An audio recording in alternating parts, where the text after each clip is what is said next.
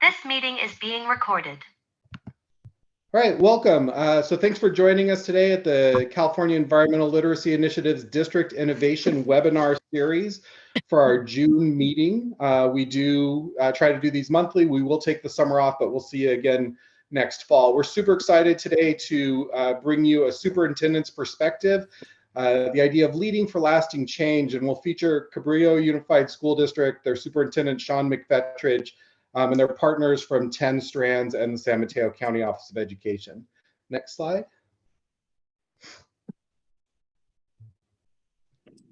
So the way these webinars have gone, I recognize quite a few people as repeat participants. We'll spend a couple minutes just getting oriented here in the beginning to Callie and to each other. We'll take a minute to get connections together. The bulk of the time will feature the story of Cabrillo Unified School District and the amazing work they're doing.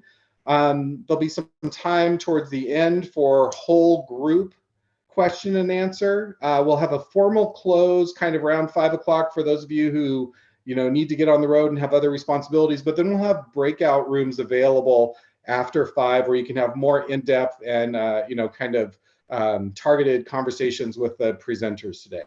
Next slide. So we're going to spend a moment with Welcome and Connections. We'll move on to the next slide so you can get a look at what that looks like. I'm Nate Ivey. I'm an instructional coach with Fremont Unified School District, and I'm the co-chair of the California Environmental Literacy Initiative's District Innovation Hub. Next. So you know a little bit about me. We'd like to always know a little bit about you. Amy's going to drop in the chat a link to a Padlet.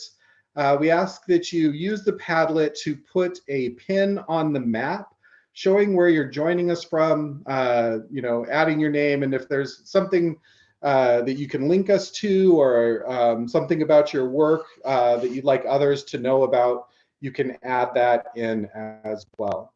So when you get the pad, you'll see a plus sign down at the bottom right. You'll just click on that. It'll give you access to a pin, and you'll have the opportunity to add that pin. It's great to see the diversity of geography and participants that are interested in this work, and I'm excited to learn from some leading edge districts and practitioners around the state. So hopefully you have that open. We'll move on to the next slide and kind of get you in a multitasking mode. As you're still adding onto your Padlet, we're going to open some breakout rooms just to help build connections and relationships among the state. This work can be difficult. It can sometimes feel isolating. And it's really important to build our community to foster that resilience and get you connected to others who are doing this work. In the breakout room, you'll have about 5 minutes to share your name, your organization, and your role. Let each other know where you're located, just as you're doing on the Padlet. And the prompt that we're asking today, relates to our theme. And we're wondering, what's a lasting change that you are trying to implement? What's something that you'd like to get going and see it continue for a long time? Okay, so Amy has put the notes in the chat. So if you need a reminder of what the prompts are, they're there, and you should see on your screen an invitation to join a breakout room, and we'll be in those breakout rooms for about 5 minutes. So thanks for joining us today. We'll see you in about 5 minutes, and then we'll move right on. Good luck making some good connections.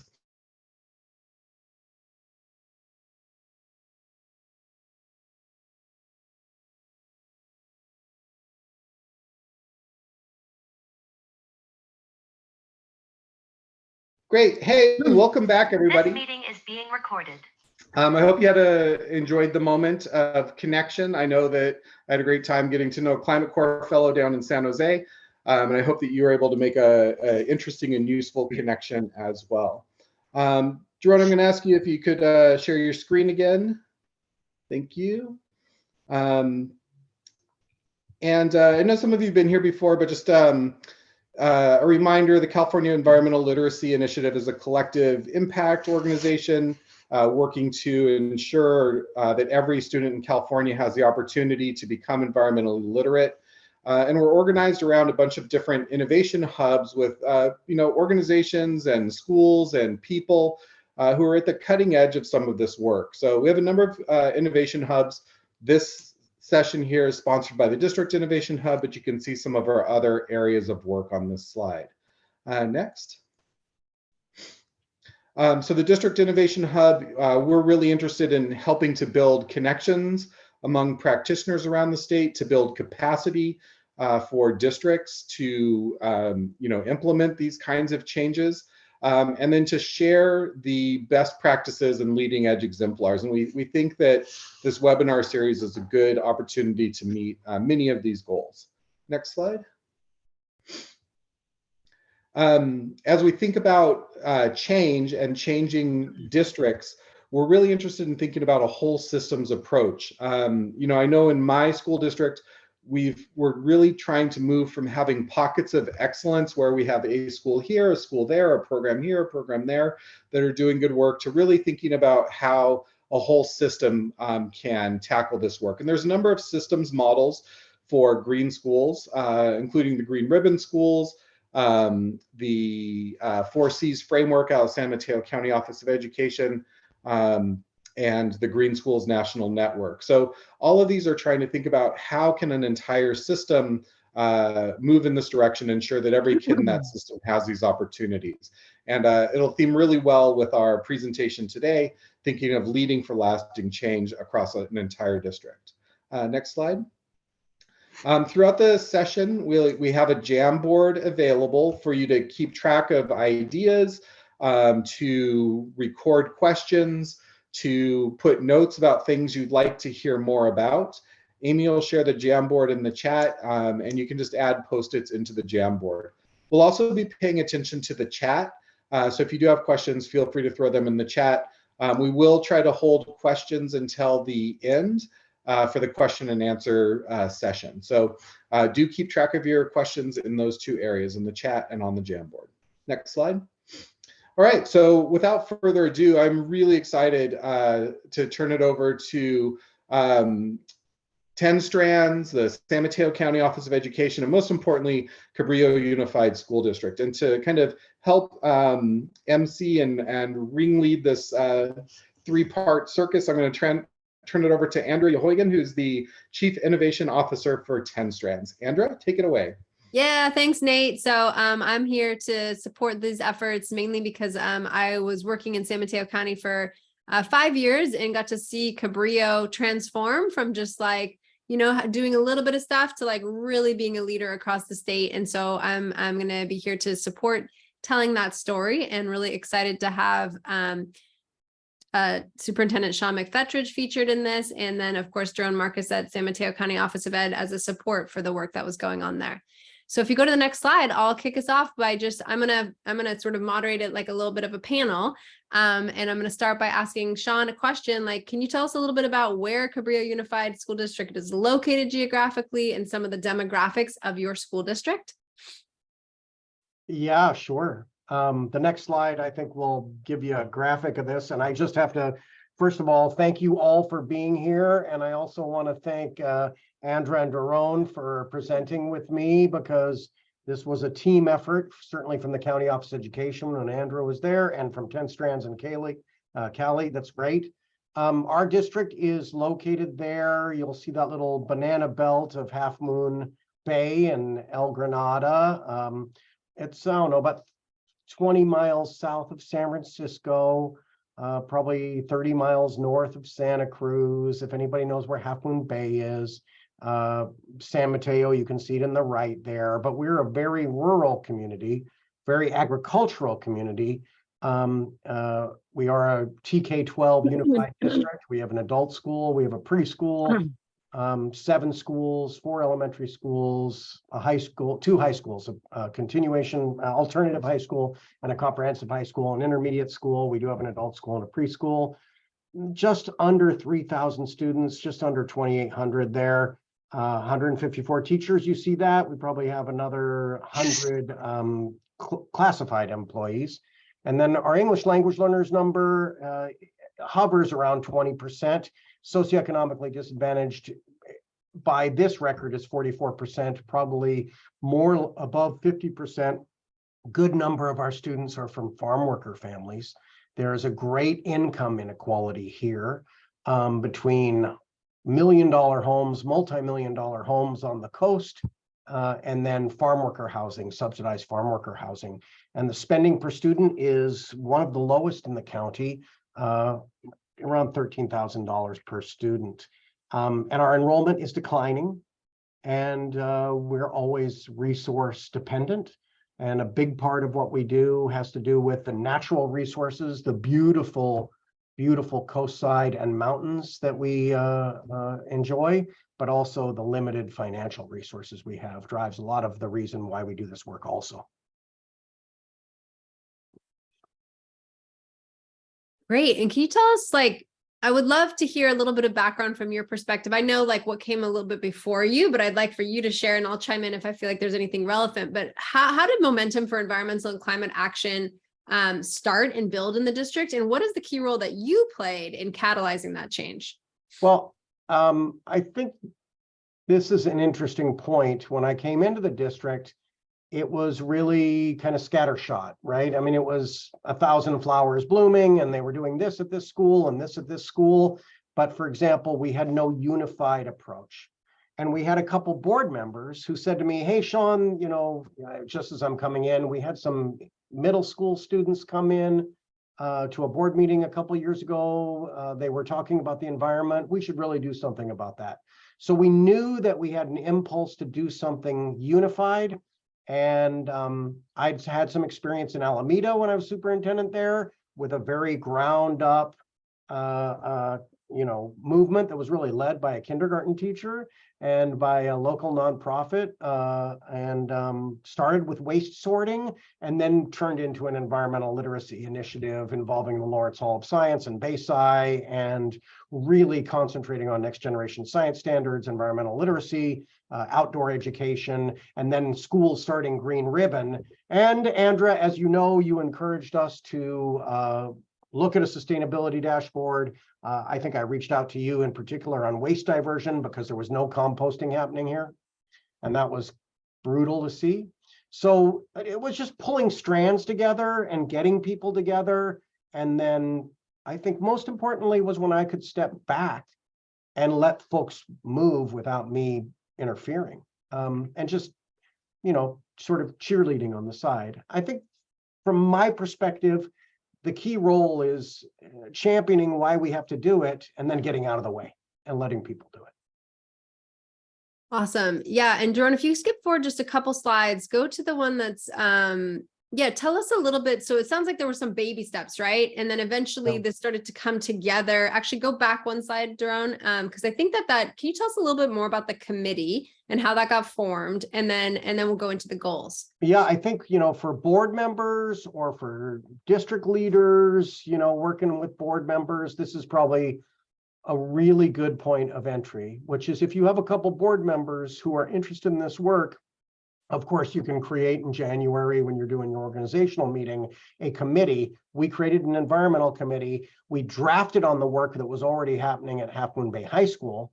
They had an AP environmental science class. They had a committee just for the high school. We coalesced and we combined those efforts. So we took the student committee, we added nonprofits and community partners and our board members, and we added district office staff.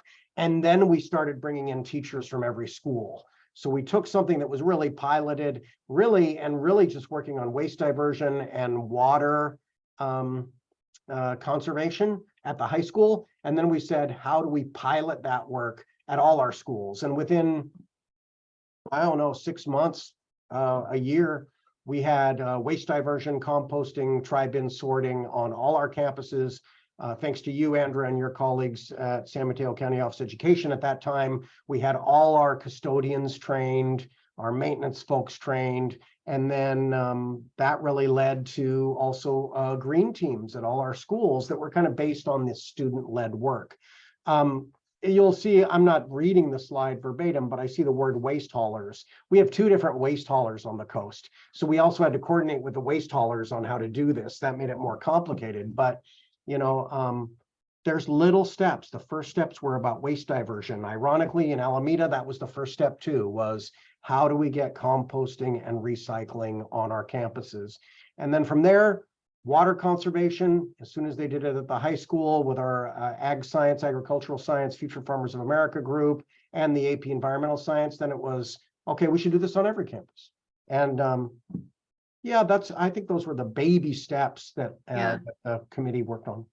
Awesome. And Doron, if you go to the next slide, I'd love to hear you go just a little deeper on like, why was it so important to you as a superintendent to say like, see those goals there, like on every campus, on every campus, on every campus, like, why did that matter to you being in charge of a whole district? Like, why did it matter that you wanted it to happen on every campus? That's often the case when you come to a district and there are different things happening. If you don't do it in a concerted, unified way, then you can't support it. You can't inspect it and expect it, and you really can't support it. So what we had was the high school students kind of feeling like we're the only people doing this. But we knew that there were people at the intermediate school who were interested in doing it, and so on and so on. So I really do think, just like with curricular efforts, I do think it's important to have some kind of thing that binds us together as one vision. And you'll see in bold down there, I think this is probably why I bolded it, is because I think it's the most important thing to step away from. This was the big goal. Environmental literacy, we didn't really have a plan on embedding that in curriculum on every campus, but really it shouldn't be just in science courses. It should be integrated across the school day and across all the campuses. So that was one thing, environmental literacy, and we didn't have a plan on how to do that. We'll talk about that later a little bit. School gardens and gardening education on every campus, I think this is an important one. We had a relationship with the HEAL Project, a local nonprofit here that we love. They're fantastic. They do outdoor education, farming education, and they did school gardening, but they only did it on 2 of our elementary school campuses. Well, we took the LCAP and we dedicated funds so that this would not be these schools get it and these schools don't. We put a stake in the ground. Every school should have a garden and there should be gardening education on every campus. That led to a little farm at Cunha Intermediate School. And then on and on, the high school already had their agricultural science in their greenhouse. Solar power generation, that was something that was already here, but needed some tweaking. And we've increased that so that now we have solar carports at Hatch Elementary School. We're building new solar on the event center at our Cunha Intermediate School, so much so that we are able to power these campuses a good deal and make savings. And I think that's an important too, is that you have to look at the triple bottom line. It's good for people, it's good for the planet, but it's got to be good for the prosperity of the organization. And so for us, cost savings were very important. Waste diversion infrastructure, I think we talked about that. That's just obvious when you see landfill all over your beautiful beach or your beautiful campus, or wherever it is. You just have to think we got to do better than this. And then water capture and storage. Oh my gosh, the last few years, I don't think anybody will question the need for us to be water wise and to conserve. And so that not only meant rain barrels and cisterns and that type of thing, but it also meant for us doing water conservation, low flow devices, be it toilets, sinks, et cetera, et cetera. Yeah, great. Awesome. And I'll just pause and let the audience, if anybody wants to do like any reactions, like a giant celebration or like a big heart, because you just heard a superintendent say every kid should have access to all these things. And that's like so amazing. So thank you, Sean, for that. So go to the next slide, Doron. If you look at, I would love for you to just talk a little bit. You've already talked about the committee, which was super, super helpful. Can you tell us a little bit more about why you made this investment in a sustainability consultant to just kind of like get that momentum going? And then a little bit about why you wanted to have a dashboard as well. Well, and just credit to Andra, if you ever want to know about the dashboard. I mean, this is an effort that she and her colleagues led at the San Mateo County Office of Education. And we found out that another school district had been doing it with support from the county office. And I think there are 2 districts and now maybe 3 in the county that are doing that. Not enough, right? But we thought that dashboard in particular was extremely important to make visible and to make transparent to the public and to our families and to our staff and especially to our students, how are we doing as a district? So if we put Hatch solar panels up and, it's been a labor of love and a long time going, that's getting energized this month. If those get energized, we should be able to see the next month how much savings we're having, because that makes the case for it. And students could use it for their own instruction, whether it be math or science or whatever you have. The district-wide sustainability committee was huge for us, because once you had a committee and once you had students driving the effort, then the adults, of course, will work. I mean, I think that's a big part of this. I was driven by a kindergarten teacher and her kids in Alameda. Here, I'm driven really, we were driven by the Half Moon Bay High School AP Environmental Science students in the Environmental Committee, and they helped us write an Earth Day proclamation 3 years ago and set discrete goals that they wanted to see on their campus and on other campuses, because they'd fed all the way through the system. As far as the sustainability consultant, this was somebody who worked honestly for the HEAL project, and Amy Bono, the executive director, introduced us to Matthew Spiegelman, whose photo is right there. Wonderful guy, graduate now from Cal Poly San Luis Obispo. He's interested in this work, and she said, hey, we could contract with you, and we set up a small contract. And because in our bond, the same bond that pays for our solar installation, there is energy savings, we were able to use him and pay for his services using the bond mostly. And this is a thing that's been interesting in the county. He's apparently the only sustainability manager or coordinator that in the county, but it was instrumental to our work to apply for the green ribbon and just to sort of track and to, a lot of these slides now are actually revisions and some of his work to talk about what we're doing. So the sustainability dashboard helps us track the work. A manager coordinator helps sort of chase and coordinate and sort of like keep us on track and remind us. And I think that investment is huge for a district, because let's be honest, many districts are resource strapped. And if you don't have someone paying attention to that issue, unfortunately, like I don't think the state politicians are as focused on the issue as we need to be. I don't think educators are as necessarily always as focused as we need to be. I think that was important for us to have sort of a critical friend, someone who would chase and say, Sean, let me remind you about community solar and let's meet with this person. Mm-hmm. Nice. Yeah, great. Awesome. All right, next slide, Jerome. We're going to talk about the green ribbon now. So why did you apply for the green ribbon program, and what are some highlights from the district's achievement? And if you go to the next slide, you'll see the achievement here. Yeah. So go ahead, Sean. Well, I'd known about the green ribbon in Alameda, but had very little to do with it. It was sort of like a teacher-driven thing, and there was some support for that. And Bay Farm Elementary early on was a green ribbon recipient, and then the early college high school, Alameda Science Technology Institute, but we never went through it for it as a district. Here, and again, credit to Andra and the team at San Mateo County Office of Education, folks kept saying, hey, why don't you apply for the green ribbon? You're doing this work, you're doing the work, apply for the green ribbon.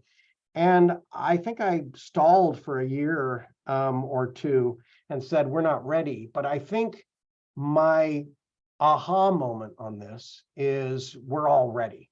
California Environmental Literacy Initiative, you just put out an article, I think, and, I had a quote there saying, start where you are, right? Boldly begin.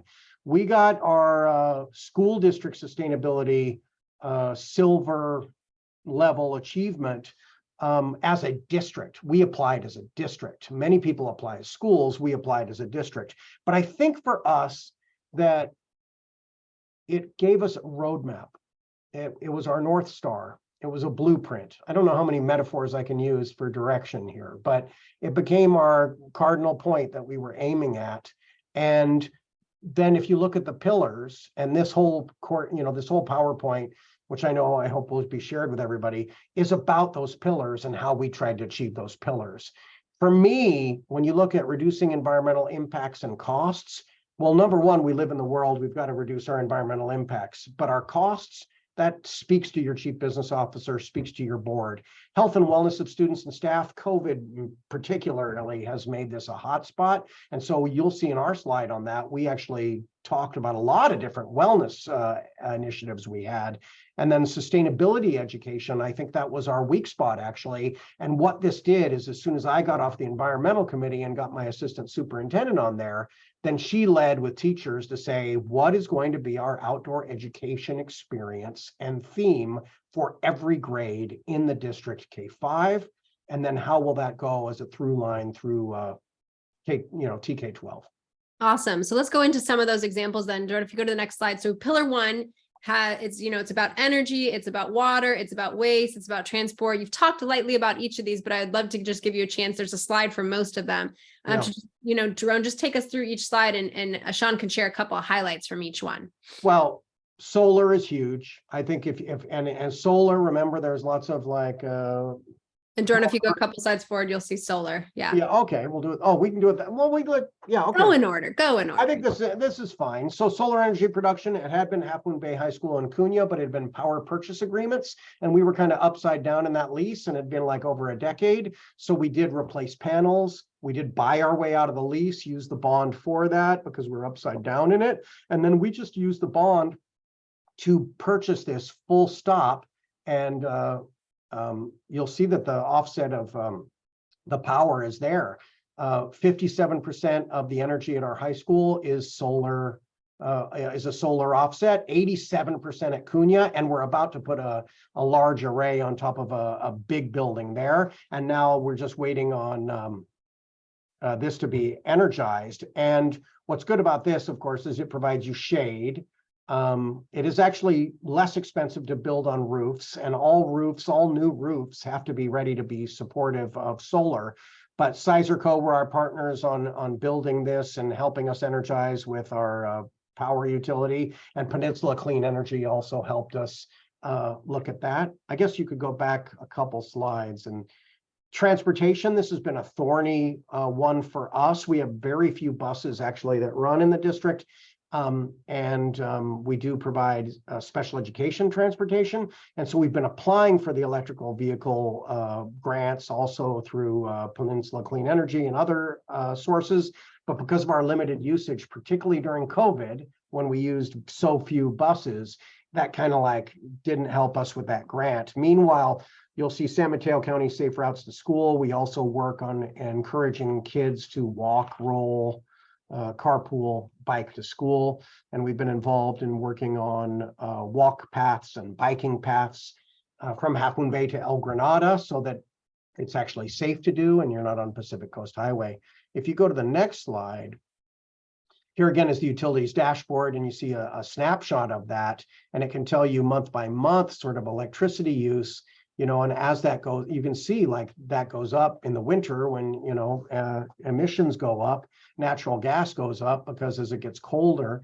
But PCE, Peninsula Clean Energy, helped provide funding. We created the utilities dashboard. It was a labor of love between San Mateo County Office of Education, our sustainability manager, our technology staff. But that lives on our webpage and is something for everyone to see all the time. I think at the bottom it says campus is a laboratory for learning. I think if you can check this data like we do with student test score data, that leads you to a place where you can be introspective and sort of chart goals going forward. Water capture, we talked about that a little bit. Up in the right is Pauline Shu, bless her. She's been with the district I think almost 30 years now. She's at El Granada, and you can see we're right there, right in front of the ocean. And so she decided, instead of letting that rainwater go right off and to be runoff, she decided that she'd work with Flows to the Bay, and they got that rain barrel installed. We did it at the high school with the Agriculture Education Center. That has a new greenhouse. Of course, that water's captured off the roof and into a cistern. You see that at the K building at the bottom. And we got lucky with the HEAL project, and we got real lucky with Flows to Bay. They helped us with this. We could not do this without these nonprofit partners. That is really an important piece of it. Great. Well, tell us a little bit about Pillar 2 then. I know you said you had I think 2 examples or 3 examples here in Pillar 2, which is that focus on health and wellness. Well, this part, the student green teams piece, I think is important. You'll see that some student work up on the right that Matthew got students to sort of create a mascot, and they have this green dragon. And you'll see Angel Tinetti, who is the president of the Environmental Science Committee at Half Moon Bay High School.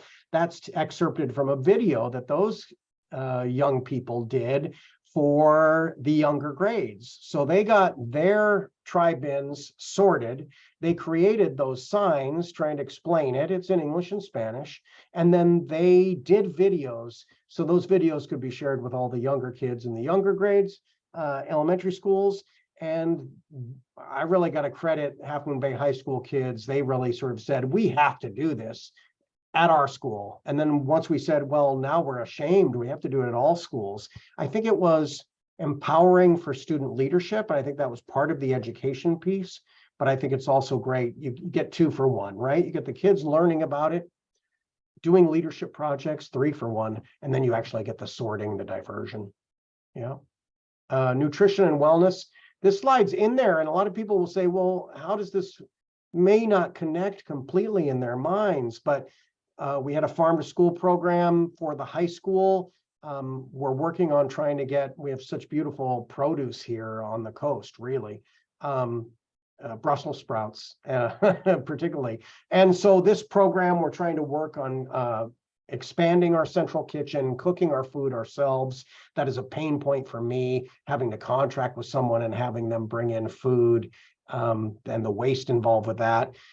We also partnered with Care Solace, and this was a mental health provider. And while it may not seem like environmental sustainability, it is certainly part of an effort that we mentioned in our green ribbon application. And I think I point that out because it's important. And then finally, we have therapist sessions, family engagement sessions. The mental health is as important to our application. That's good. Yeah, that was pillar 2. Yeah. So pillar 3 is all about curriculum. So I feel like in this segment, if you wanted to just kick it, like tell us a little bit about, like, you mentioned that you had to get out of the way to move things forward, but I think there was like something that what came before that was the emphasis that you all placed on CTE, right? So I definitely want to get into that, but I feel like there's one slide before that might be about gardens first. Well, this gardens piece is huge. This was the Project Heal, the Heal project piece. You know, that is a picture of Hatch Elementary. These are these raised beds that have been there for years, and kids come over at a particular grade level, 2nd and 3rd grade. You'll see in a little bit when we talk about the curriculum piece and the through line for the environmental literacy matrix, or, you know, schedule of activities, scope of experiences. We'll see that. The gardens are important, but again, the gardens were like a little tiny piece, and there wasn't much environmental literacy happening at the elementary school. When you got to the middle school, not so much either. And at the high school, we had this long-standing agricultural science Future Farmers of America program. And I would say that I think Doron probably can speak to the career technical education efforts and how we're trying to expand that, because Doron, thank you. You were instrumental to getting kids to know about all other green careers as well. Yes, that's my cue. I think so. All right. Oh, it's animated. No, there was this. Okay. Yes. So, you know, Cabrillo is not the, by the way, my name is Doron Markus. I'm the Career Technical Education and STEM Coordinator at the San Mateo County Office of Ed. I'm working with Cabrillo Unified for many years. That lack of environmental education at the middle school is not exclusive to Cabrillo. It's, you know, it's across the county, across California. So we kind of jumped in, or the county office did, to bring more environmental education to the middle school level in the form of green career education. So it's our belief that students need to be introduced to careers much, much earlier in their schooling. And if they're going to be introduced to careers, they might as well be introduced to green careers, because that's exactly what we need to help solve our problems. So as you see there on the slide, there's some pictures of some field trips, which I'll go into in just a minute. But we were the recipient of 2 K-12 Strong Workforce Program grants, the county office was. We have several school district partners in both of those grants, but Cabrillo was there right at the beginning. So sometimes it's hard to get partners for grants, but it was not difficult whatsoever to bring Cabrillo on board. Now we call our program the Green Career Awareness Program, and is in the first iteration of that, in round 3, which is 2021-2023, we partnered with several organizations to write 6 different instructional modules that were implemented within different middle schools at San Mateo County. You can see right there, there's the 6 different modules that we wrote, and we had some great partners, including SEI, which many of you might know, Strategic Energy Innovations, and New York Academy of Sciences and the Biomimicry Institute. And they're all great hands-on, standards-aligned units that are implemented in like either STEM electives or science classes or math classes. And when you get this slide deck, you'll see there's a link there. So please feel free to explore those modules. They are common, what do you call it? Creative Commons. So, you know, you could just take them, right? They're all fleshed out, and all the lessons are done, and all the material lists are there. So you feel free to take them. And so that was our first grant. And then for the next grant, which just started, Cabrillo once again is another partner, which we're so happy about. And we did some of the same things, like we wrote another 6 modules. So now we have 12. We actually have 13 because we added one in between. You can see, again, some great partners for our curricula. We were able to get Impossible Foods to write our Plate to Planet one, which is about sustainable food systems. STEM for Real, which included Andra, one called Resilient Communities, Peninsula Clean Energy, and our county office is currently partnering to write one on electrification, and there's one being written by on clean water with 3 different of our San Mateo County partners. But we also added some new things to this grant, which brought our high school in, that has to do with field trips. So green career field trips. So these are, and I'm going to, next couple of slides is about that, but basically these are field trips where students visit local businesses that not only highlight the sustainable practices that we need to see out there, but also had, you know, people, you know, who works in businesses, but actual people, those are their actual careers. So why not have them come out and talk to the kids about, like, this is what I do for a living. So in other words, you take kids to like a sustainable fishery, which you're going to see right now.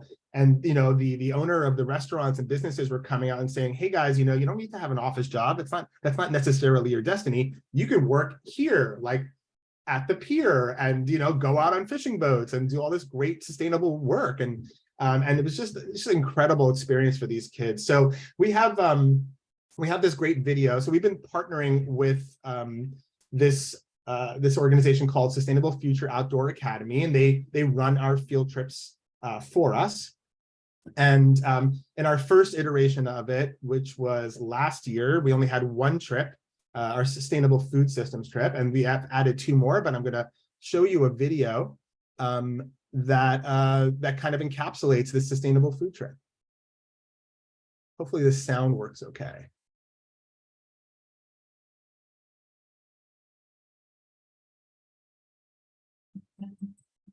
There's a lot of different ways that we can help educate others about sustainable farming and helping to support local businesses, especially ones that are looking to strive to help the environment and pollute the planet less. Green Careers field trips are a way of showing kids the options and the many roles that are available in green industries and businesses that have sustainability in the heart of what they do. We went to 4 different places. We went to Pillar Point Harbor and we learned a little bit about sustainability and fishing. And then we went to Fifth Crow Farm where we learned about sustainable farming practices. We learned about beekeeping. And then we went to Harley Farms, which is a goat dairy. And then the last place we went was to Ouroboros Farms, where we learned about the difference between hydroponic and aquaponic growing. The most interesting farming for me was the aquaponics. Just because of the fishes are like working together with all the plants and stuff. It was just really cool operation for me. All of the programs that we're working on with the Green Career field trips are outside of the classroom, which is a great help to the teachers, the schools, and the kids. As an agriculture teacher, I'll tell students all about it, but rarely do they actually get to see the operation and kind of watch it in action. Seeing the way SFOA coordinated with each of the businesses, it was a really great way of connecting those different ag aspects on the co-site into kind of one cohesive field trip. It was really cool. My favorite part of the food supply field trip would have to be the 2 tours by the ocean. Just growing up by the ocean, I've always loved like the salt water, that fresh air, and I've always loved fish. I feel like I would have a lot of fun in that career, and there's a lot to learn from it. The most important thing that I learned was just how hard fishermen work to bring fish out from the sea, and how early they have to wake up and how late they have to go to bed just to provide. It's important for them to learn about what's involved and the difficulty in a career in that field. The most impactful business owner to me was Dee from Harley Farms. My dream is to become a veterinarian, and she really put that in focus for not to give up no matter how much schooling or work it is. She said something about like a stream of water. If you work hard and keep going up the stream, you can like achieve your goals, just like a salmon. I think as far as crowd favorites go, it has to be the tastings. Tasting the goat cheese, tasting the honey, tasting fresh produce. That farm to hand to mouth is really powerful. You don't think about what goes behind making your plate, or you don't think about how the fish gets to the market. Just seeing where you start and like the outcome was kind of cool. It widens their viewpoint of the different careers that might be out there and really how they play a role in our society and in our food system. You just see like the different fields of ag and how it all just comes together and how we all can work together to help the environment and think of new things to help our planet.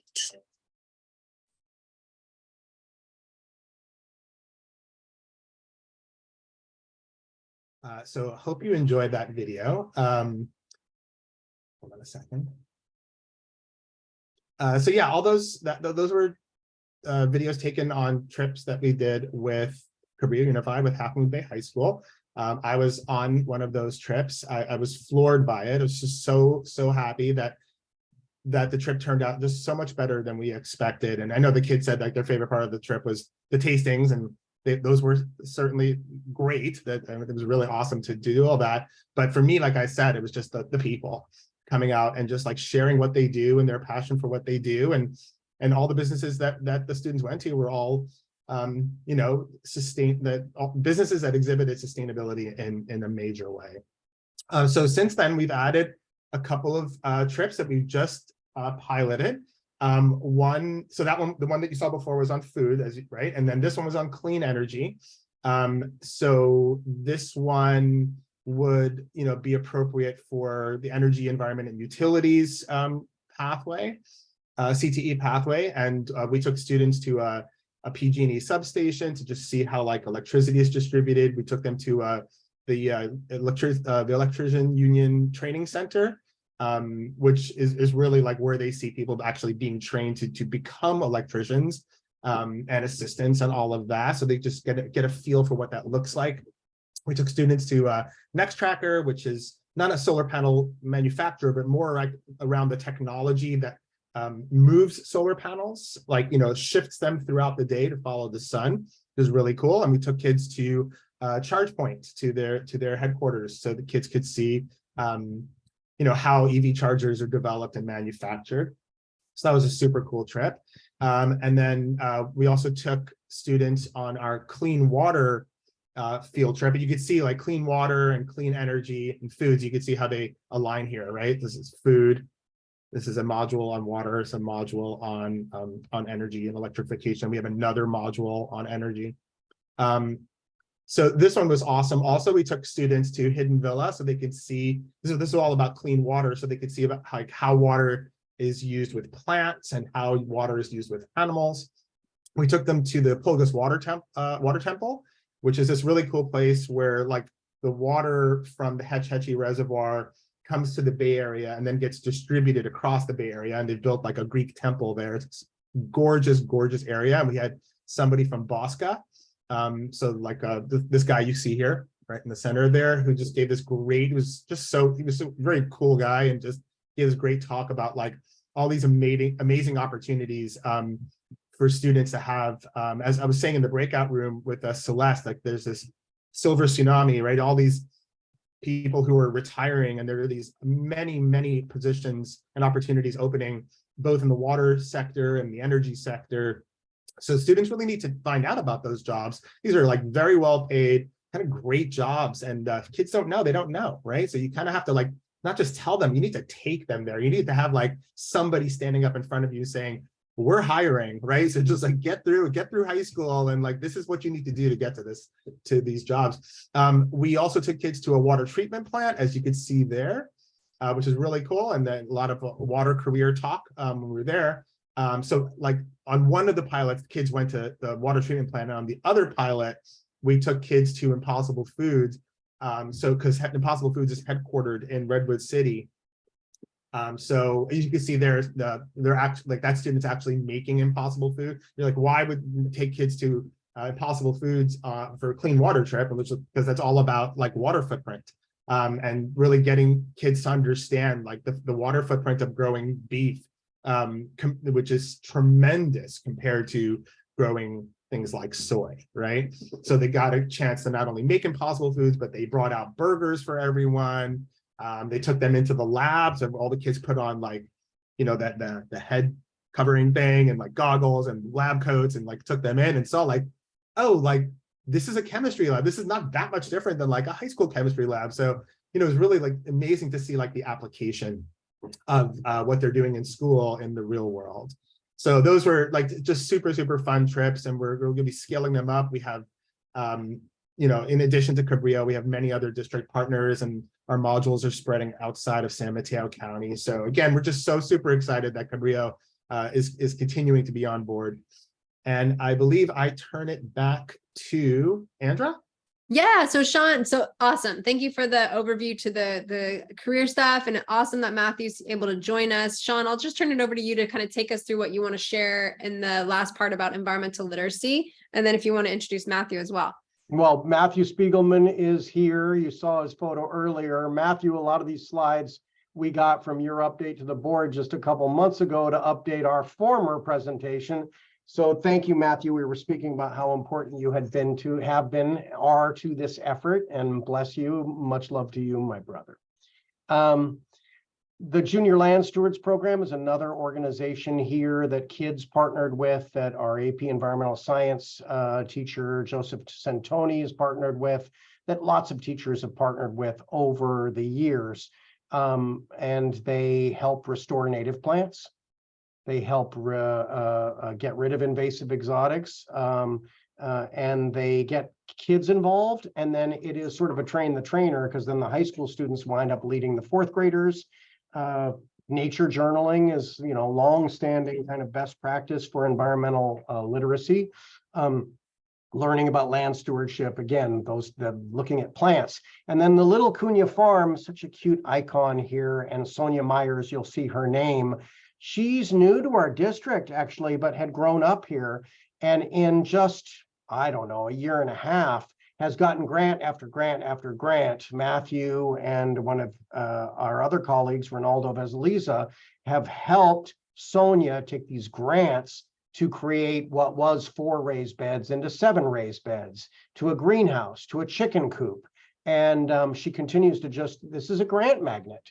I will tell you, this kind of work is a grant magnet. If you've got kids interested in doing this work and they want to talk about it, it brings money, but you know, it takes effort. Sonia has been working hard. Matthew works hard on writing our grants, et cetera, et cetera. But the themes there are the same: agriculture, education, giving back. And I think that's what you saw in Doron too. Doron's video and the work that Doron does is really contextualizing that this is not just in a classroom, that this is real world life skills. These are career skills that will be interesting, be meaningful. I used to be in the career technical education business. We always talked about 3 things. It's got to be high interest, high demand, and high wage. And I think that's what these green careers serve for kids. So we have a through line. I wish that we could show the environmental scope slide, and that may be the next one. There it is. So this is the work when I stepped off of the committee. Matthew was coming onto the committee, and then Dr. Bhatia, Leticia Bhatia, our assistant superintendent, worked with the committee, worked with teachers, worked with Matthew, and now this is a scope of experience, which we hold as this is how we want to do it going forward. You'll see 1st through 5th, where you before only had the Heal Project Garden program at 2nd and 3rd grades as givens, and only in 2 schools. Now that's in all our elementary schools. The Heal Project field trip, these are field trips to the Heal Project farm, and you'll see junior land stewards. And then the 5th grade, always the most exciting, the field trip to the recycling center, always good for kids to see how dirty we can get and how it's important diversion is. And then 6th grade, we have an outdoor education experience for all 6th graders. In the past, it was for those who could only for those who could afford it. Now the district pays for every 6th grader, and San Mateo County Office of Education has an outdoor education program. There's a field trip to the Marine Reserve here, another field trip to the recycling center. And then we've spoken a little bit about all the different experiences at the high school level. So that was a TK-12 scope of experience. Very important, Matthew's work and our assistant superintendent's work. Great. Well, let's finish this out by telling us how you're going to take this to the next level. What's next for y'all?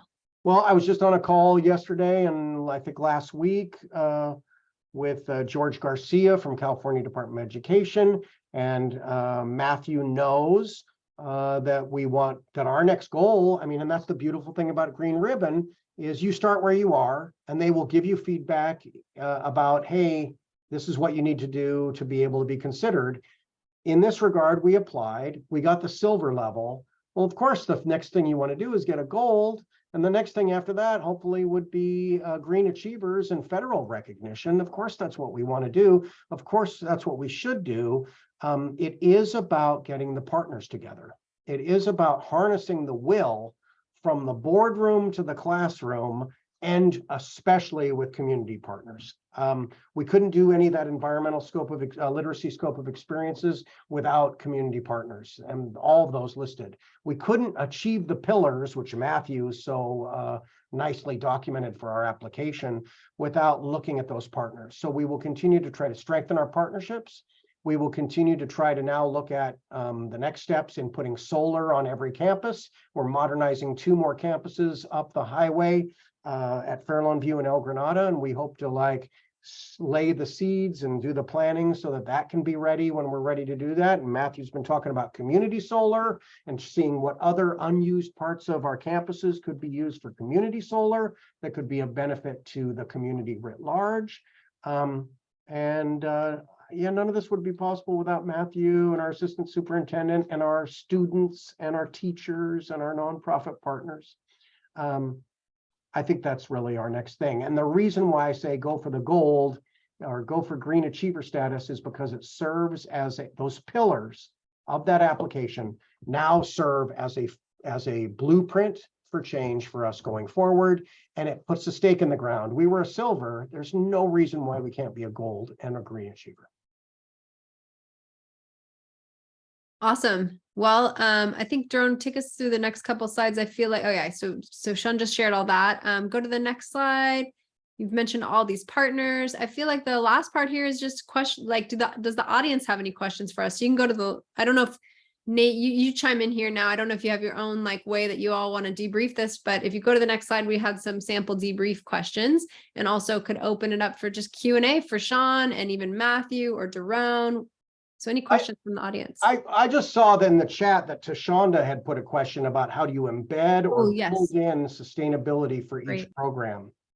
And I think this is a very important question. Look, the thing that we talked about in the blurb about here how one sustainability effort in a district, what a superintendent's perspective, we didn't really talk too much about Alameda. Alameda's story was as soon as one school got it, then another school wanted to get it. And certain things then got established.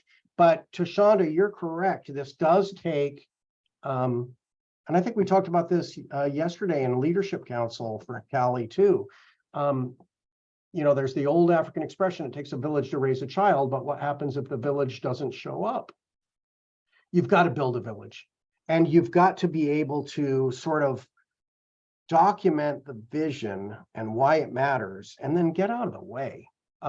But again, if it got to a point where nobody was doing things and that progress stopped, I think that's when somebody has to come in and sort of champion that. Personally, I think the best strategy you could have, and this was the case in Alameda, and I think the case here, as soon as you have the students involved, it's not going anywhere. Even though the students may leave, we had a student, a young man, Mr. Lurie, who was part of the Environmental Science Committee. When he left, he wrote that first proclamation, he laid out a goal. But then Angel Tonetti, when she came in and became a president for that committee, she continued to champion those goals and wanted to go further. So I do think, well, there's another African proverb, right? If you want to go fast, go by yourself. If you want to go far, go together. I think that is an important piece here. This wouldn't happen without a team. It wouldn't happen without students inspiring the adults to do what we need to do for them and for us. Great. Thanks, Sean. And Andra, to your question, you've really anticipated how we like to close out these sessions. I do want to give participants a quiet moment or two to consider the questions that are on this closing and reflection slide, and a quiet moment or two to gather your own notes.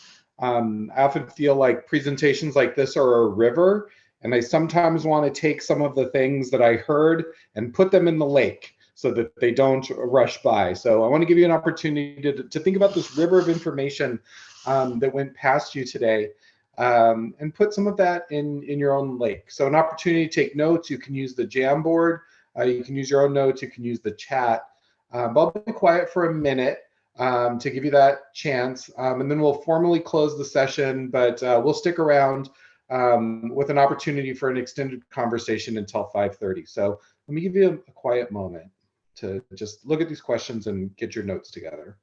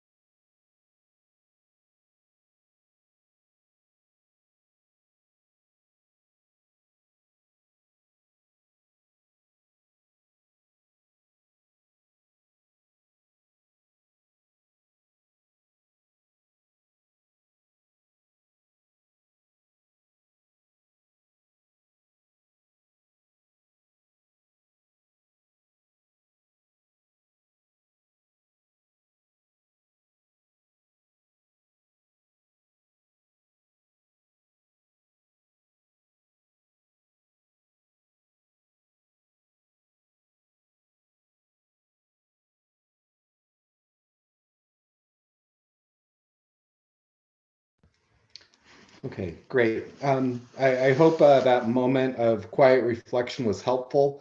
And I hope you find opportunities in your work and in the work you do with others to allow for quiet moments of thought and reflection. Let's move through the last couple slides, and then we'll move to some Q&A and some other work. Again, if you had thoughts, please do add them to the Jamboard. Next slide. As we close this out, we're going to share a couple of ideas and ask for feedback. So let's move to the next slide to share that. We do try to improve these sessions each time. So if you have notes or ideas about how the facilitation could be better, if you have suggestions for topics you'd like to see, if you'd like to nominate a presenter, someone who has an amazing idea, you can share that through the feedback form, which I imagine will show up shortly in the chat. Amy, I see you're still with us. I don't know if you want to close these out, but I'll keep going. We'll go on to the next slide. Actually, let me let you or Doron talk about this one because you guys know quite a bit more about this than I do. Doron, you are here. Do you want to say anything? I mean, I can. I mean, we're working. So we have a small group led by Emily Courtney and some other another coordinator from, he's not coordinator anymore, but from Santa Clara County Office of Ed, and Mark Basnage, who runs a nonprofit, and we are starting to lay the groundwork for a roadmap for a K-12 roadmap to a green economy. And because we believe that there needs to be one, because if nobody creates the roadmap, nobody's going to know how to do anything when it comes to anything from green careers to other ways to build the skills and knowledge that we need kids to have to join or to help create an economy that's more green and blue also. So I don't know, Amy, you want to add something there? Just looking for, help us spread the word about the survey and fill it out yourselves, even if you just play a small part in green career awareness. Please add on to our growing list of great things going on in the state. Great, thank you. Please do participate in that. The more info, the better. One of the projects of the California Environmental Literacy Initiative is creating a geotagged community partner portal. You heard from Sean, McPhetridge, and Cabrillo Unified School District how important their community-based partners were in this effort. There are lots of environmental organizations that are dying to work with the schools. They often find school systems to be difficult to navigate and somewhat hard to understand. But if you reach out and open a door, they are so thrilled to walk through and help out. So there's a searchable database of community-based partners by topic, by geography, by grade level, by content area. So if you and your work are looking for somebody to help you achieve something, the community-based partner portal is a great place to look. Next slide. So as I mentioned, this is the conclusion of our district innovation hub webinar series for this school year. We've already begun planning for next year's webinar series. We do plan to continue with monthly webinars, most likely launching up again in September, so stay tuned for details. Again, if you have suggestions of topics you'd like to see or presenters you'd love to have participate, please do reach out and let us know. Next slide. All right, so we are a fairly small group, and I think instead of breakout rooms at this point, Doron, you can go ahead and close that out so we can see everybody. There were a couple of questions that came up in the chat and the Jamboard, and Amy, yes. Go ahead, Amy.